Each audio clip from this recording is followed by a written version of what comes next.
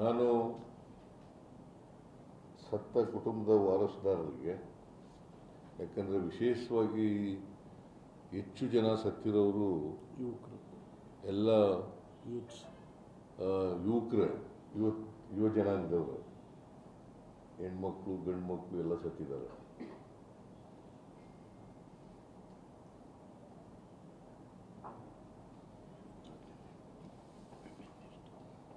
ಹೆಣ್ಮಕ್ಳು ಸತ್ತಿದ್ದಾರೆ, ಗಂಡು ಮಕ್ಕಳು ಸತ್ತಿದ್ದಾರೆ. ಅವರ ಕುಟುಂಬದ ವಾರಸುದಾರರಿಗೆ ಸರ್ಕಾರ 10 ಲಕ್ಷ ರೂಪಾಯಿಗಳನ್ನು ಪರಿಹಾರವಾಗಿ ಕೊಡ್ತೀವಿ.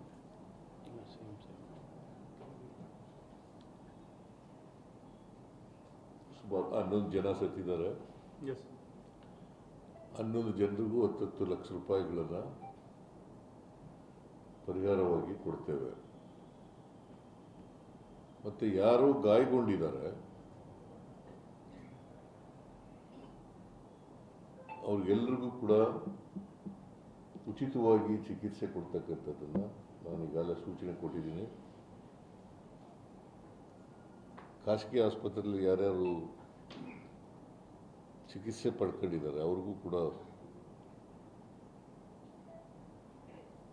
ಚಿಕಿತ್ಸೆ ಖರ್ಚನ್ನು ಸರ್ಕಾರನೇ ಭರಿಸ್ತದೆ.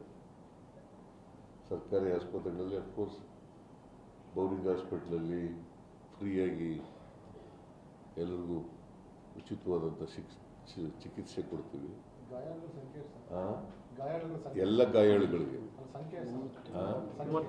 33 ಜನ, ನನಗೀಗ ಅಂಕಿಅಂಶಗಳ ಪ್ರಕಾರ 33 ಜನ, 11 ಜನ ಸತ್ತಿದ್ದಾರೆ. ಬಟ್ ಈ 33 ಜನರು ಕೂಡ ಅದೃಷ್ಟವಶಾತ್ 47 ಇಂಜೂರ್ಡ್, 47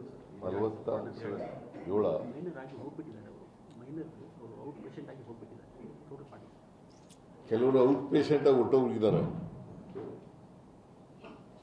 ಚಿಕಿತ್ಸೆ ಪಡ್ಕೊಂಡು ಹೊಟ್ಟೋಗಿದ್ದಾರೆ. ಅವರು ಸೇರಿಸಿದ್ರೆ 47 ಜನ.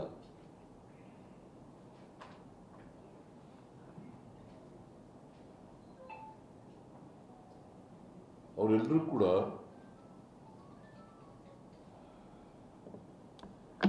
ಯಾರ್ಯಾರು ಇಂಜುರಿ ಆಗಿದೆ ಅವರೆಲ್ಲರೂ ಕೂಡ ನನಗೆ ಡಾಕ್ಟರ್ಗಳ ಜೊತೆ ಮಾತಾಡಿದ ಮೇಲೆ ನನಗೆ ಅವ್ರು ಹೇಳಿರೋ ಪ್ರಕಾರ they are all out of danger.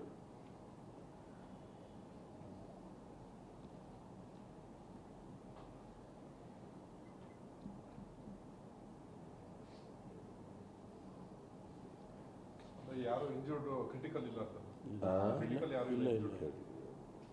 ಆಮೇಲೆ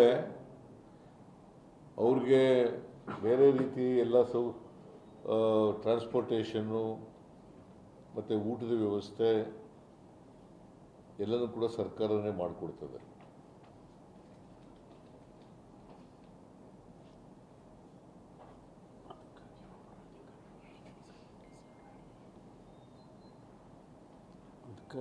ಇದು ಒಂದು ಅನಿರೀಕ್ಷಿತ ದುರಂತ.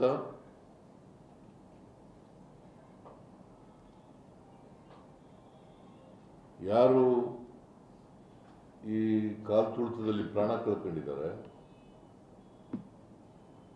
ಅವರ ಆತ್ಮಕ್ಕೆ ಶಾಂತಿ ಸಿಗಲಿ ಅಂತೇಳಿ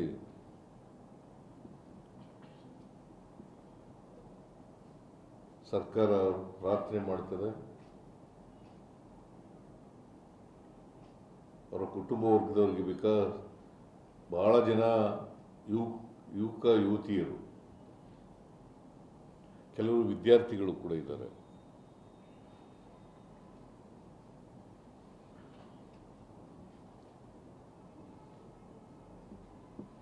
ಸೊ ವಾರಸುದಾರರಿಗೆ, ಅವರ ಪೋಷಕರಿಗೆ